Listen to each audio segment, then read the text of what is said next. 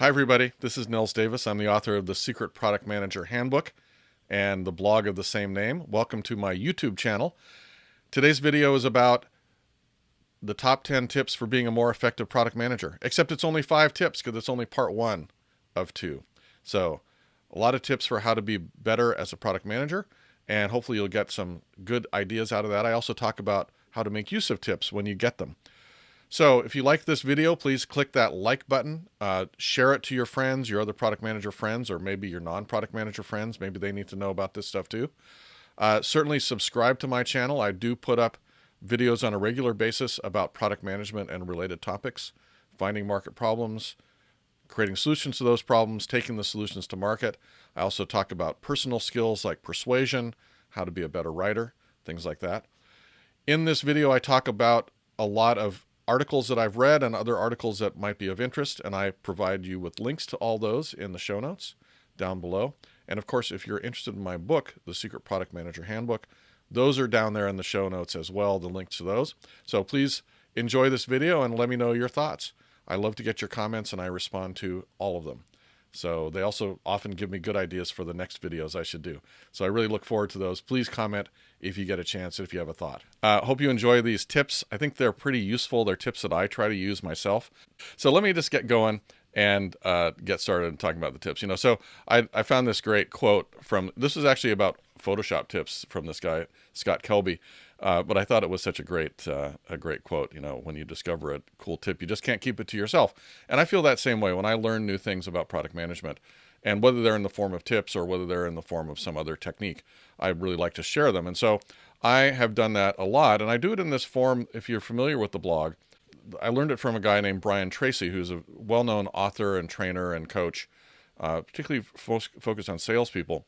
But he has written many books and does a lot of audio programs and things. He's still active. He has channels on both Facebook and YouTube. But he wrote the first book I read from him was called Goals. And one of the things that I noticed in this book was that in every few sections, he would have a list of 3 things you can start doing today to put these ideas into practice. And so I thought, well, that's a really good way to help people recognize that the things he's talking about are not just ideas, but are things that they can actually start doing. So as I've been doing my blogging, I've probably got about 50 or so of these tips on the Secret Product Manager Handbook blog. And if you read most of my articles, they end with a little section of 3 things you can do today. And so I thought it might be interesting to go through all of those tips and find 10 or so that are particularly useful. And I don't think this is necessarily the top 10 list, but it's 10 useful tips that are things you can apply. Now, I do want to talk a little bit about tips and how to use them. So I think of tips as a process of using these tips as a process of continual improvement. And so you're going to read them, and some of them you'll say, well, I'm not ready to do that yet, or you might say, I'm going to try it. You might say, oh, I see how that can impact something I'm doing today, even though I'm not necessarily going to take that tip on directly. But if you continue to look at them and read them and understand them and try them, over time, you're going to start noticing that your practice of product management has changed. And so that's sort of what the goal is here for you, is to continually improve your product management practice, because as you do that, your products will be more valuable and your customers will be happier and you will be more successful in your job and you'll be a better product manager. So those are all good things.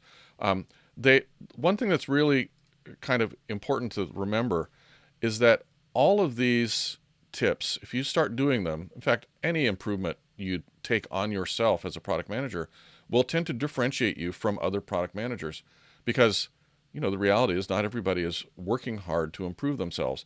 I think that product managers are very focused on self-improvement. So maybe the ratio of people that are working to improve themselves as product managers is higher than in other disciplines.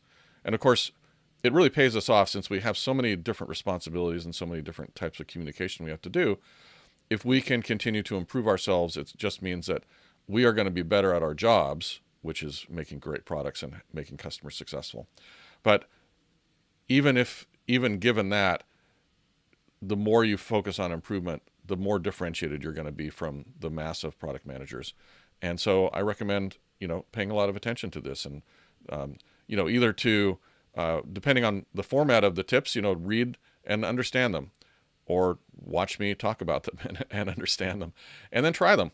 Try them out yourself and try taking baby steps. And over time, as I say, you will become, it will become more like they will become part of your normal practice. They won't just be tips that you're trying anymore. They'll be things that you do as a practice. And you'll find you'll be a much better product manager. And your customers will love you more because you'll be getting them stuff that they like, and you'll have more customers, and all things will be good. So that's what I recommend with regard to these tips, or any other set of tips that you look at. And obviously, I do want to point out that some of these are pretty hard. Some of them are easier. So you have to pick and choose, and you can't make. I'm pretty good at changing and improving myself, I think, and people tell me that. But even that means I can't do it that fast. I can add a few of these techniques over time, and just keep adding them, and over time I improve more and more, and my ways of thinking improve more and more. And I guess that's another really good side effect of these tips, is that they do change a little bit the way that you think about things. And so that makes it that makes them valuable as well, because they improve your thinking. So let's actually just start talking about the tips now. I've done all that introduction. So the first one that I want to share is this idea of mitigating risks. And the tips are not in any specific order.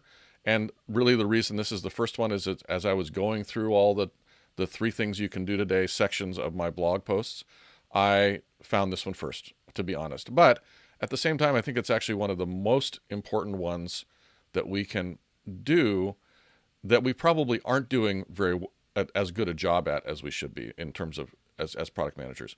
So as you recall, my basic framework for product management is that we go and find market problems, things that people are struggling with in their jobs or in their personal life, or opportunities they haven't been able to achieve, or goals that they want to achieve, but they're not having a good time getting there. We want to go and find those, make sure that people are willing to pay for a solution. And of course, we create a solution to that. That's our product. And then we have to take that solution to market. And what taking the solution to market means is finding people to buy the solution that we created. And of course, we should know something about what those people are like, since we've found the market problem in the first place. And then we need to convince them that our solution is their best choice. And we have to handle their objections and things like that. So in this process of selling, there is a big challenge that we have to overcome, which is that the customer has a lot of fear. The prospect has a lot of fear. And they fear really 3 specific things. They fear that the solution that we're pitching them won't actually work, that it won't do the thing that we say it's going to do. They fear that they might be able to get a better solution elsewhere, right? So that's a competitive fear. They fear that it might be too difficult to get the solution, even if our product does deliver it. And they fear that they maybe should be spending their money elsewhere anyway, right? That maybe this solution is not the best use of their money. Now, I talk all about this in an article that I call The Value Inequality. And in The Value Inequality, I say that the value that our product provides, in other words, that the value of solving the problem that our product solves, has to be a lot bigger than the sum of their perceived risks around, will it really work? Can I actually take it on in terms of change management? And should I just be spending my money elsewhere? And so one of the most valuable things you can do in this area is you can figure out what risks are your customers worried about. Now, these may be real risks, they may not be, but in any case, they're real to the prospect. And so what this tip is basically saying is figure out what risks your prospects are worried about, and each prospect may have slightly different risks, but there are going to be some commonalities. And then figure out how you can start to reduce their perception of risk. So one of the examples I give is if you have a prospect that's worried that the product will not really solve the problem they have, maybe find a customer who had a very similar problem and who successfully solved it with your solution, and learn that customer's story, and then tell that customer's story as part of your pitch to your prospects. Because what that will do is it will say, oh, I'm a little worried about this, but I know that some people have successfully done this. Now, this is not rocket surgery to think of this idea, but as product managers, we talk to customers a lot, and we don't always help surface those stories, and we don't always find those stories exactly and tie them back to these perceptions of risk that are then going to help our salespeople make sales. So the bottom line is here, understand the risks that your customers are perceiving and do work to mitigate them. I think one of the reasons this is a really great tip too is that, as I say, we are talking to customers a lot. We're learning about these things already. Let's make sure we make use of them and empower the sales organization to make use of the things that we know about what makes our customers worried and what can help alleviate their worry. So that's that mitigate risks. Let's look at the next one. This one seems like a kind of obvious one to me, right? We go out, and if you think about the framework, find market problems, create solutions, take the solutions to market, it's obvious that the problem is a really important thing. Now, what I see in reality is that a lot of products and product marketing, go-to-market, and all the things that are sort of the evidence of how people are thinking about their products, many of them do not really talk about the problem very much. And in particular, they may talk about the problem in a very general way, but not in a very specific way. And of course, individual prospects have specific problems. They may all have the same specific problem, but it's not a general problem that they have, it's a specific problem. And so, as product managers, the more that you can articulate the problem effectively that your solution addresses, the better you'll be able to convince the prospect that they should buy your product. There's other good side effects as well. The better you can define the problem, it's very likely the better solution you can get from your dev organization, right? So instead of saying to the dev organization, make this button green, you can say, here's the problem that our customers are currently facing when they use our product. One potential solution is to make the button green, but maybe you have some other ideas. And then oftentimes the engineering organization can step up with a completely different kind of solution than just what you defined. And so it's often the case that if you do a good job of articulating the problem, your engineering organization can do a better job of solving that problem. So, of course, in this process, we have to think about, is this problem one that people are willing to pay money for? Now, if you're at the point of actually building a solution, hopefully you've already figured that out. But if you're at the point of trying to discover a problem, it's very important to articulate why it is that your prospects are going to be willing to pay for this solution. So that's a really important point. And so you really just need to be able to articulate that. And of course, you're going to be articulating it for your engineers. I talked about that. You're going to be articulating it for your sales organization. I talked about that. And for marketing, right? Because you're going to say, oh, marketing, go out and find me people with this problem. Instead of saying, for example, I used to work on a project management product.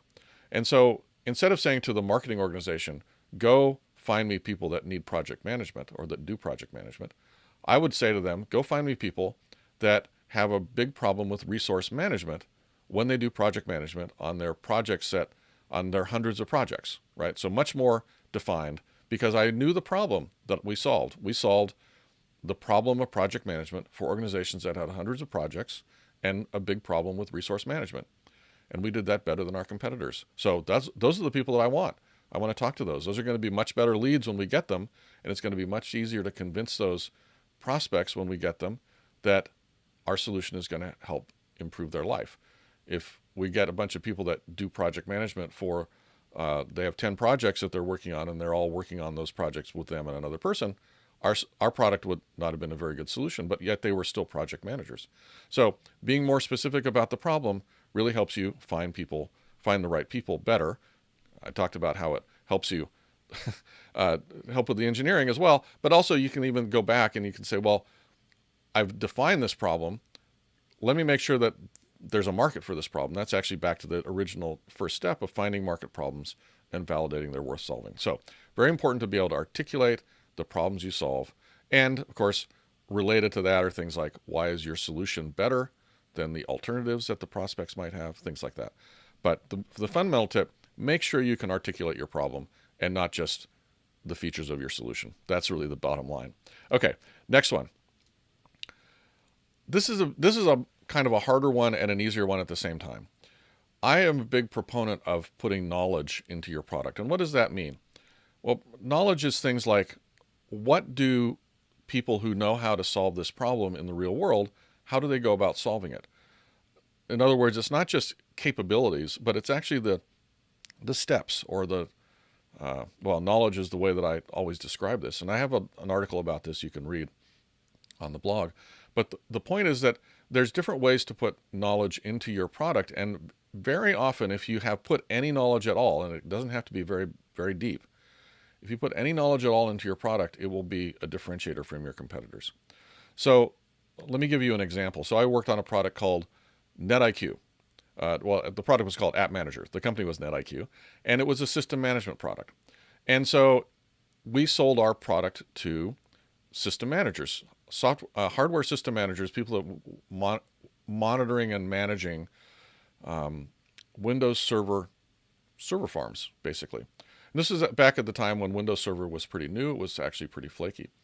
And so all of these people knew exactly what they should be monitoring, right? They should be monitoring disk usage. They should be monitoring CPU usage. They should be monitoring memory usage. Those were the big three. And if any of those things started to get too big, they knew that they needed to either reboot the server or something like that. So very basic knowledge that they all had. And so most of our competitors gave their prospects the capabilities of creating monitoring scripts that would check for those things.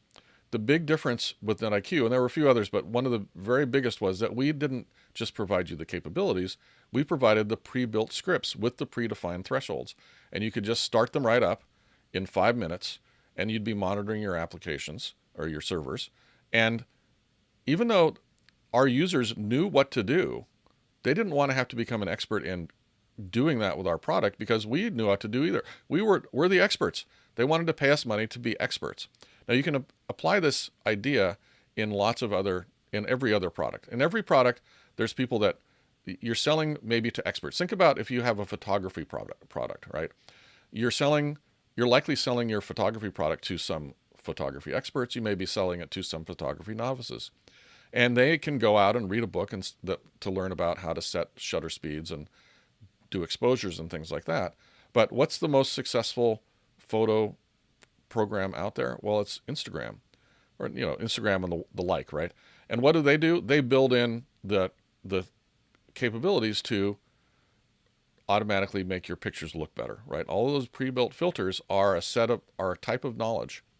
And of course, it's very interesting because most Instagram users don't do any filters, but the fact that the filters are there make them feel like Instagram is taking care of them and is there for them if they need to do something, if they need to try to take the next step in their photography, right? It can't help them do composition.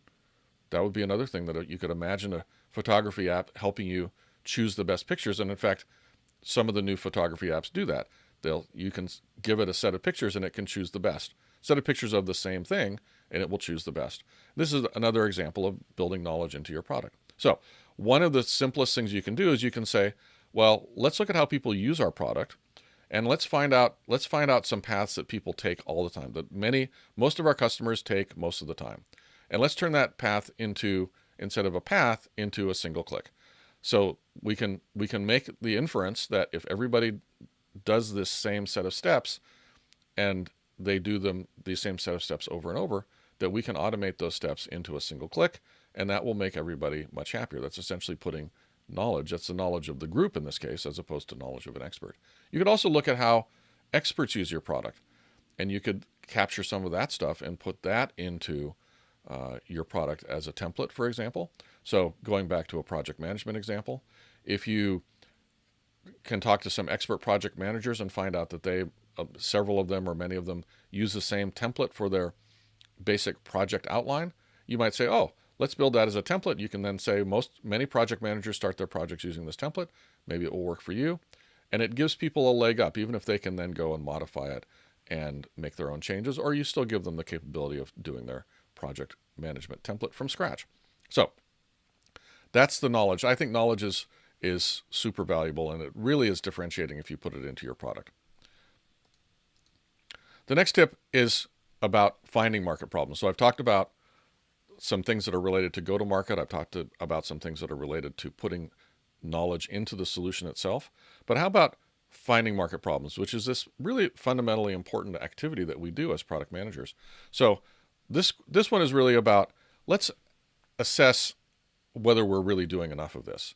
So the suggestion on this tip is to sort of figure out how much time you're spending finding market problems, meaning talking to customers, talking to non-customers, prospects, competitors, customers, really anyone who is somewhat peripherally related or could potentially be a customer of your solution outside of sales situations. So this isn't where you're trying to sell them something. This is where you're trying to learn new things. And you should be spending a decent amount of time doing this, maybe 20% of your time. Now, at different times of your product cycle, you might spend less or more, right? If you have been tasked with coming up with the next big thing for your product, the next big feature or module for your company, you probably want to spend a lot of time on this, maybe 80% of your time for a few months doing this type of research to try to find those market problems that are unsolved or that are not solved well. When you're in the middle of developing a solution and driving the engineering team and taking something to market, well, maybe you're spending 20% or even 10% of your time. But overall, it should be a good chunk. Maybe 20 to 30% of your time overall should be around finding and articulating and validating market problems, because those are the things that when you solve them are going to create the next stream of revenue for your company. Your current product, it will continue to generate revenue, but without continual updates to your current product and then potentially new products that come in and start adding on, your company is not going to be able to maintain its revenue growth, much less continuing to get revenue. So that's a really important thing. And this tip is really just to say, hey, pay attention to how much of this you're doing, maybe do a little calculation, maybe do a little measuring, maybe give yourself a goal like 20 to 30% over the course of a year, and then track yourself against that. And if you're not doing that, that's a sign that you probably are not coming up with enough innovative ideas to sustain the company over time. As product managers, we're really interested in stuff that happens a year from now, 2 years from now, far into the future. The activities that we do today don't have an impact for 6 months or 3 months, depending on the velocity of your company and the type of product. It may be 3 months before the customer conversations you have today show up in the product. But if you're working in an enterprise software company like I do, it may be 6 months or a year before those conversations show up in the product. It may even be longer, because you may learn something that's so big that it takes a really long time to get to market. And there's also, like in my company, there's times when we can release new things and there's times when we can't release new things. And if we miss that window because of various other things that go on in our market, we have to wait till the next window opens. And so the point is that we're working now talking to customers for things that are going to happen far in the future in terms of making a difference to revenue. But if we don't do them, then that revenue doesn't occur in the future. And so that's why we have to continually be doing this. Okay. So the final thing that I want to talk about is learning to tell compelling customer stories. And this is actually goes throughout the whole process of being a product manager, from finding market problems and validating them. You're going to need to be telling stories to other customers about this, to getting your dev team motivated to build a solution to the problems, to using them for sales. Customer stories, both positive and negative, are really valuable for stories. Now, I have several articles on the blog about how to tell stories, and I have several examples in there of structures for customer stories in particular. But let me talk specifically for this tip about the particular type of customer story that I am interested in you learning to tell effectively. And this is the customer story of your successful customers, right? Having a number of these in your back pocket and giving them to the sales organization so they can use them to do what I talked about in the first tip, which is to reduce the perception of risk, is really valuable. So what do you have to do in order to gather these stories? Well, you have to talk to your customers, obviously, your successful customers, and you have to find out what made them successful. So how did your tool make them successful? But you really want to start a little earlier than that, and that is, what was the terrible situation they were in before they had your tool. And of course, maybe it wasn't super terrible, but it was worse, right? If they're successful customers and they're happy, in some way their life has improved. And not just their business life, but probably their outlook on life in general related to the things that your product does. So for example, you might have given your prospect or your customer a way of doing a report in a couple hours that used to take a week. Now, if you give your customers, 30 hours back every month, removing that cost of doing that report, then they're going to do something interesting with that 30 hours. What is that they're going to do? Well, maybe they're going to do more reports. So maybe they become the expert, the report guru for the organization. So that's one example. Maybe they're just going to be able to get home earlier so they can see their kid's baseball game. Or maybe they're going to take on some additional responsibilities and as a result, get a raise or a promotion. And what you're really looking for in these stories is not just the business results, right? So, I can take this report that used to take me a week to build, I now can build in a few hours. That's a great business result, no question about it. It's also almost an order of magnitude improvement in speed. So that's fantastic. But you're also looking for these personal wins where the customer personally got benefit as a side effect of using your solution, because that's what's really compelling to people when you're selling to them. As you know, and I pointed out here on the slide, and I talk about it in a series that I've done on persuasion, people make decisions emotionally and then they justify them rationally. So when you're thinking about the story that I just told about the person that can now do a report in 8 hours or in 4 hours, and that means they get to go home to their kid's baseball game, what do you think you start when you're presenting that story to a prospect? How do you do that? How do you start that presentation? Well, you start that presentation talking about, I've got this fantastic story about a customer who got so much benefit from our product, saved so much time that he was able to actually get to his kids' baseball games, which he'd never been able to do before. That's how I would start that product, that story. In fact, I would probably start it even sooner. I'd say, hey, we had this customer. He was really struggling. He had these reports he had to get out, and he had to work late every week. Every month he had to work late for 5 nights in a row in order to get the report out. It meant that he barely saw his kids. He was having all this problem. He wasn't able to do a bunch of other valuable stuff that he really wanted to do as part of his job. And he was really struggling, and he also just wasn't happy with the output from the report. So the good news is he found our product, and now he's getting those reports out really fast. So fast, in fact, that now he gets to his kids' baseball games, and he's been able to take on some additional responsibilities. And guess what happened there? Well, he got a raise and a promotion. That's the way I want you to tell your stories.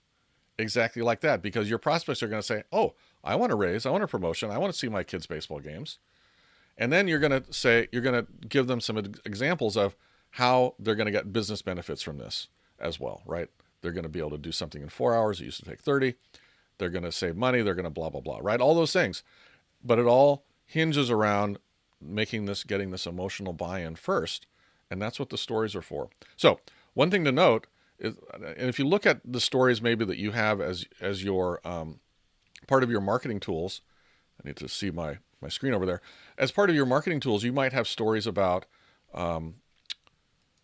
you might have customer stories. And a lot of times what happens in those customer stories, and I highly recommend that you review yours, the write-ups, see if there are any personal types of benefits or personal goals achieved, is what I call it, in your customer stories. It's amazing to me how many marketing success stories there are that marketing creates that only have business benefits. We were 10% faster. We got this done faster. The team is more productive, things like that. And I'm confident that in those interviews with those customers, the customers talked about how, and I'm getting home earlier from work. I see my family more. I got a promotion. I got a raise, things like that. And because those sort of seem like squishy details, not hard business details, I think marketing often drops those on the floor. Now, the problem with that is that those are actually the details that are going to help make your salespeople more persuasive. because those are the details that are going to create an emotional resonance with the prospects when they tell those stories. And so I recommend two things. One is take a look at your existing marketing materials, your existing success stories, and see if you can find those personal success stories. Now, if you can, that's awesome. If you can't, you can often read between the lines of the story to see if there might be some things you can infer about what might have happened for this client, or things that you can maybe go back to the client with questions about, well, how did this make you feel, or something like that. So those are things that I would recommend. So compelling customer stories, really valuable, worth spending time gathering those and then working on how to tell them effectively. And again, the way you tell them effectively is you start from the problem. You make the problem really bad. You make the problem emotionally compelling, right? I couldn't get home to my kids. There were lots of errors made. It was very frustrating. I couldn't get other things done. You talk about the solution. Of course, that's going to be your solution. It might also be other solutions that they tried that didn't work, and then your solution came in and saved the day. And then the conclusion of the story, the end of the story is, and here's what the results were. The results were, I now can do this report in 1/10 the time. I get home to see my kids. I got a promotion. And so that's the structure. I talk a lot about story structure in a couple of articles. I'll put links to a number of these things in the show notes here, into the notes of the video, so that you can quickly go and access those. So that is my 5 tips for the first half of the 10 tips, and I'll follow up with more tips next week, the other 5. I have a blog post that actually lists out all of these, and it also has links to the articles, the related articles for each of these tips where I got them. So hopefully you can find this interesting. As I say, I'll put links in the bottom. Hope you find the video useful. If you like it, please share it, and I would love to get your comments. And if you can subscribe to the channel, that's awesome. Share it to your friends. There are a bunch of additional resources that I'll be putting in the show notes. They're not there yet because I haven't written the show notes. And then if you can make comments, that's fantastic. I'd love to get your comments because they mean a lot to me, and they help me figure out what I should be talking about in the next video. So without further ado, that's the story for today. Hope you enjoyed this video. Let me know your thoughts, and give me your feedback, and give me your questions for the next one I might do. I'll do one next week. It's not a might. I will do one next week. So looking forward to that, and to sharing more ideas and tips with you as we go through this process. Thanks very much. Bye.